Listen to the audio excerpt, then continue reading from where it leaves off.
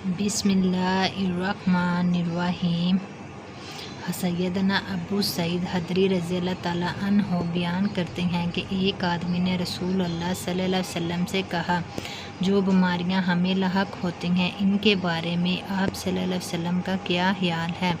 आप सल्लल्लाहु अलैहि वसल्लम ने फरमाया, ये गुनाहों का कफ़ारा बनने वाली हैं। मेरे बाप ने कहा, अगरचा वो बीमारी मामूली हो। आप सल्लल्लाहु अलैहि वसल्लम ने फरमाया, अगरचा वो कांटा हो या इससे बड़ी कोई चीज़। ये सुनकर मेरे बाप ने अपने हक़ में ये बद्दुआ कर दी कि इसकी मौत तक बुखार इससे जुदा ना हो, लेकिन वो बुखार इसको हज, उम्रे, जहाद फ़ी सबिलिल्लाह और बाजमात फ़र्ज़ी नमाज से मशगूल ना कर दे। बस इसके बाद जिस इंसान ने मेरे बाप को छुआ, बुखार की हरारत पाई, यहाँ तक कि वो फौत हो गए। मुस्नद अहमद 9372। नबी करीम सल्लल्लाहु अलैहि वसल्लम ने फरमाया, जिस मुसलमान ने मुस्लिम माँ बाप दोनों की तरफ से यतीम हो जाने वाले बच्चे को अपने खाने पीने में अपने साथ रखा, यहाँ तक कि अल्लाह ताला ने इस यतीम को गनी कर दिया, तो इसके लिए कतई तौर पर जन्नत वाजिब हो जाएगी। जिस मुसलमान ने मुसलमान गुलाम को आज़ाद किया, तो ये आग से इसकी आज़ादी का बाइस बनेगा। और जिस आदमी ने अपने वालिदैन दोनों या किसी एक को पाया फिर भी जहन्नम में दाखिल हो गया, तो अल्लाह ताला इसको दूर कर दे। मुस्नद अहमद हदीस नंबर 9065। हज़रत अब्दुल्ला बिन उमर रज़ी अल्लाह ताला अन्हो से रवायत है कि रसूल अल्लाह सल्लल्लाहु अलैहि वसल्लम ने फरमाया कि अल्लाह ताला बंदे की तौबा इस वक्त तक कबूल करता है जब तक गरगरा की कैफियत शुरू ना हो। जामिया तिरमिज़ी सुनन इब्न माजा। तशरीह, मौत के वक्त जब बंदे की रूह जिस्म से निकलने लगती है तो हलक की नाली में एक किस्म की आवाज़ पैदा हो जाती है, जिसे अरबी में गरगरा और उर्दू में हरा चलना कहते हैं। इसके बाद ज़िंदगी की कोई आस और उम्मीद नहीं रहती। ये मौत की कतई और आखिरी अलामत है। इस हदीस में फरमाया गया है कि गरगरा की इस कैफियत के शुरू होने से पहले पहले बंदा अगर तौबा कर ले तो अल्लाह ताला इसकी तौबा कबूल फरमाएगा। गरगरा की कैफियत शुरू होने के बाद आदमी का राब्ता और तल्लुक़ इस दुनिया से कट कर दूसरे आलम से जुड़ जाता है। इसलिए इस वक्त अगर कोई काफिर और मुनकर ईमान लाए या कोई नाफरमान बंदा गुनाहों और नाफरमानियों से तौबा करे तो अल्लाह ताला के यहाँ काबिल कबूल ना होगा।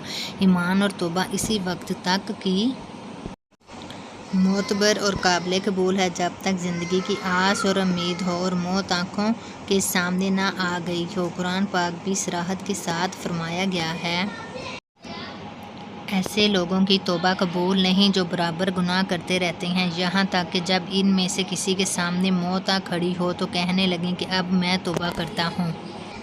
सैयदना अनस बिन मालिक रज़ी अल्लाह ताला अन्हो से रवायत है, रसूल अल्लाह सल्लल्लाहु अलैहि वसल्लम ने फरमाया, क्या मैं तुम्हें बतला ना दूँ कि जहन्नम वाले कौन हैं और जन्नत वाले कौन हैं। हर वो आदमी जो दुनियावी तौर पर कमज़ोर हो, जिसे लोग कमज़ोर समझते हैं, गंदा और गुबार आलूद हो और दो बसीदा सी चादरें पहन रखी हों, ये लोग जन्नती हैं। इनका अल्लाह ताला के यहाँ ये मुकाम है कि अगर इन में से कोई अल्लाह ताला पर कसम उठा दे तो वो इनकी कसम को ज़रूर पूरा कर देता है। और सख्त मिजाज, बद अहलाक, मुतकब्बर, मालो दौलत जमा करने वाले, बहील और मोटा ताज़ा आदमी लोगों से आगे आगे चलना पसंद करता हो, वो जहन्नमी है। मुस्नद अहमद हदीस नंबर 13185।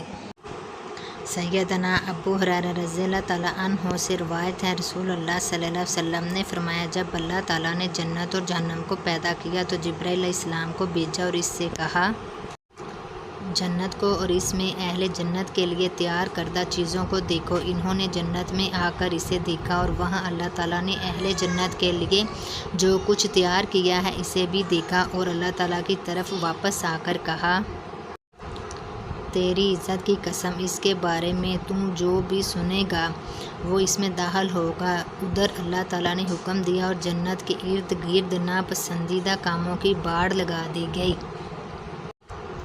اور ان کو دوبارہ حکم دیا کہ اب جا کر جنت کو دیکھو اور ان چیزوں کو دیکھو جو میں نے اپنے بندوں کے لیے جنت میں تیار کی ہیں۔ جبرائیل علیہ السلام جنت کی طرف گئے اور اس کے ارد گرد انسانوں کے ناپسندیدہ کاموں کی باڑ لگی ہوئی تھی، اور اللہ تعالیٰ کی طرف واپس جا کر کہا، تیری عزت کی قسم، مجھے تو اندیشہ ہے کہ ایک آدمی بھی جنت میں داخل نہیں ہو سکے گا۔ پھر اللہ تعالیٰ نے جبرائیل کو حکم دیا کہ جاؤ اور جہنم اور اس میں اہل جہنم کے لیے تیار کردہ چیزوں کو دیکھ کر آؤ۔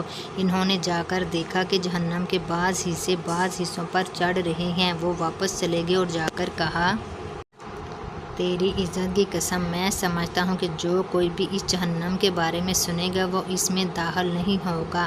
ادھر اللہ تعالیٰ نے حکم دیا اور جہنم کے ارد گرد شہوت یعنی انسانوں کے پسندیدہ کاموں کی باڑ لگا دی گئی۔ جبرائیل علیہ السلام نے ان کو دیکھ کر کہا، تیری عزت کی قسم، مجھے تو لگتا ہے کہ کوئی آدمی بھی اس سے بچ نہیں سکے گا۔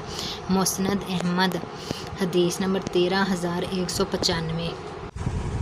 حضرت عبداللہ بن مسعود رضی اللہ تعالیٰ عنہ سے روایت ہے کہ میں نے رسول اللہ صلی اللہ علیہ وسلم سے دریافت کیا کہ دینی اعمال میں سے کون سا عمل اللہ تعالیٰ کو سب سے زیادہ محبوب ہے؟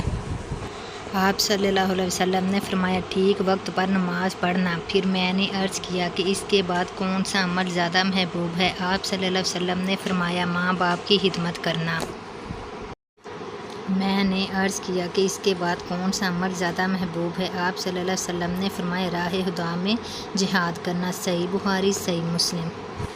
5 نمازیں اللہ تعالیٰ نے فرض کی ہیں، جس نے ان کے لیے اچھی طرح وضو کیا اور ٹھیک وقت پر ان کو پڑھا اور رکوع سجود بھی جیسے کرنے چاہیے ویسے ہی کیے اور خشوع کی صفت کے ساتھ ان کو ادا کیا، تو ایسے شخص کے لیے اللہ تعالیٰ کا پکا وعدہ ہے کہ وہ اس کو بخش دے گا، اور جس نے ایسا نہیں کیا اور نماز کے بارے میں اس نے کوتاہی کی تو اس کے لیے اللہ تعالیٰ کا کوئی وعدہ نہیں ہے، چاہے تو اس کو بخش دے گا، چاہے گا تو سزا دے گا۔ مسند احمد، سنن ابی داؤد۔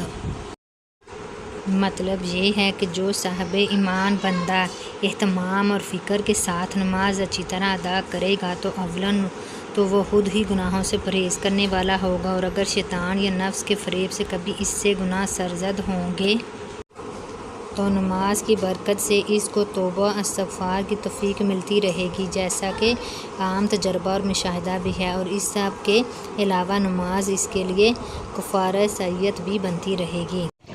اور پھر نماز خود گناہوں کے میل کچیل کو صاف کرنے والی اور بندے کو اللہ تعالیٰ کی خاص رحمت و عنایت کا مستحق بنانے والی وہ عبادت ہے جو فرشتوں کے لیے بھی باعث رشک ہے۔